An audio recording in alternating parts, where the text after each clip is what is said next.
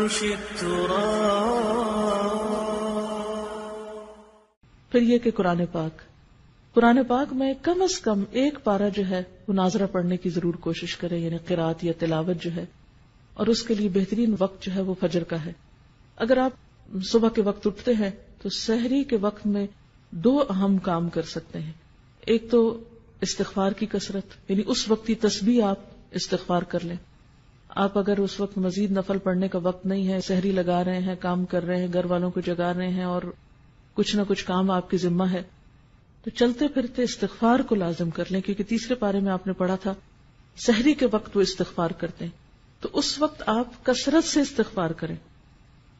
دوسری بات، وہ جو سورت آل عمران کا آخری رکوع حضور صلی اللہ علیہ وسلم سویرے اٹھ کے وضو سے پہلے پڑھتے تھے، کوشش کریں کہ اسی طرح پڑھ سکے. اگر زبانی یاد کر لیں تو بہت اچھا ہے، اگر نہیں بھی تو کہیں پر لکھ کر لگا دیں اور اس کو پڑھیں، کیونکہ یہ سنت پر عمل ہو جائے گا. اب ہوتا کیا کہ عام طور پر خواتین کیا کرتی ہیں، آپ نے سحری کی، مرد حضرات تو چلے گئے مسجد، آپ پیچھے سے کچن صاف کرنا شروع کر دیتے ہیں. کچن ہو جائے گا صاف، ہٹ جائیے وہاں سے، آئیے مسواک بہت اچھی طرح کیجیے اور اچھی طرح وضو کیجیے اور طویل فجر کی نماز پڑھیے، کیونکہ نبی صلی اللہ علیہ وسلم فجر کی نماز ساری نمازوں میں لمبی پڑھتے تھے. افسوس یہ کہ ہمیں قرآن کا اتنا حصہ یاد نہیں، لیکن جو بھی لمبی سے لمبی صورت یاد ہے اس کو اس میں پڑھنے کی کوشش کریں. دوسری چیز جو اس سے پہلے کرنے کی ہے وہ تلاوت قرآن ہے. ان قرآن الفجر کان مشہودا، اس کو مس نہ ہونے دیں. جتنی توفیق ہے، جو لوگ زیادہ تیز پڑھ سکتے وہ کم از کم پارہ پڑھ سکتے ہیں، زیادہ بھی پڑھ سکتے ہیں. تو سورج نکلنے سے پہلے تک آپ کیا کریں، فجر کی نماز اور تلاوت میں وہ وقت گزاریں، اور بہت عبادت کا بہترین وقت ہے. پھر اس سے پہلے کہ سورج طلوع ہو آپ کیا کریں، صبح شام کی دعائیں جو ہیں مسنون اذکار وہ کر لیں. صبح شام کے مسنون اذکار یعنی وہ دعائیں جو نبی صلی اللہ علیہ وسلم صبح شام پڑھا کرتے تھے، آپ مسنون دعاؤں کی کسی بھی کتاب سے لے سکتے ہیں. اس سلسلے میں ایک کتاب وَإِيَّاكَ نَسْتَعِينُ کے نام سے الہدا سے شائع کی گئی ہے.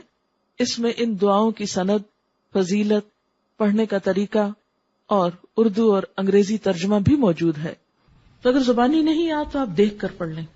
پھر کیا ہے کہ سورج نکل آیا، اگر اس وقت آپ تھوڑا سا اور انتظار کر لیں یہ ذکر اذکار کر کے، تو 2 نفل جو ہیں وہ پڑھ کے پھر آپ اٹھے. لیکن اگر بیچ میں آپ کو بچوں کو اسکول بھیجنا ہے یا کوئی اور کام کرنا ہے تو آپ وہ کام کر سکتے ہیں، کر کے آ کے 2 نفل ضرور پڑھ لیں، کیونکہ وہ جو 2 نفل ہیں وہ دن بھر کے لیے کافی ہیں. آپ کو اللہ تعالیٰ بہت سے آپ کے کام اپنے ذمے لے لے گا.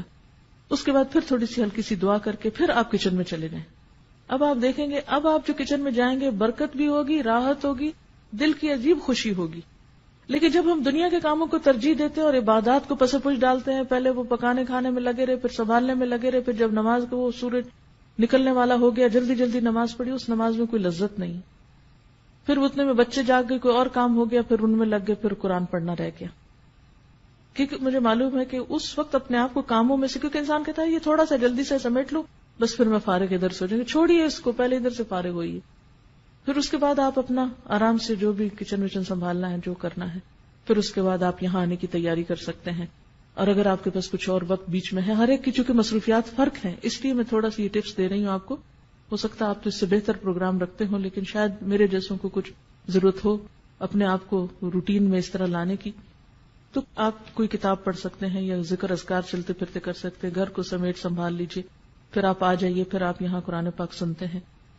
کیونکہ علم کے رستے پر ایک ایک قدم جو انسان نکل کر آتا ہے اس کا بے پناہ اجر ہے، اور مل بیٹھ کے جو ہم پڑھتے ہیں اس کی ایک اور ہی برکت ہے.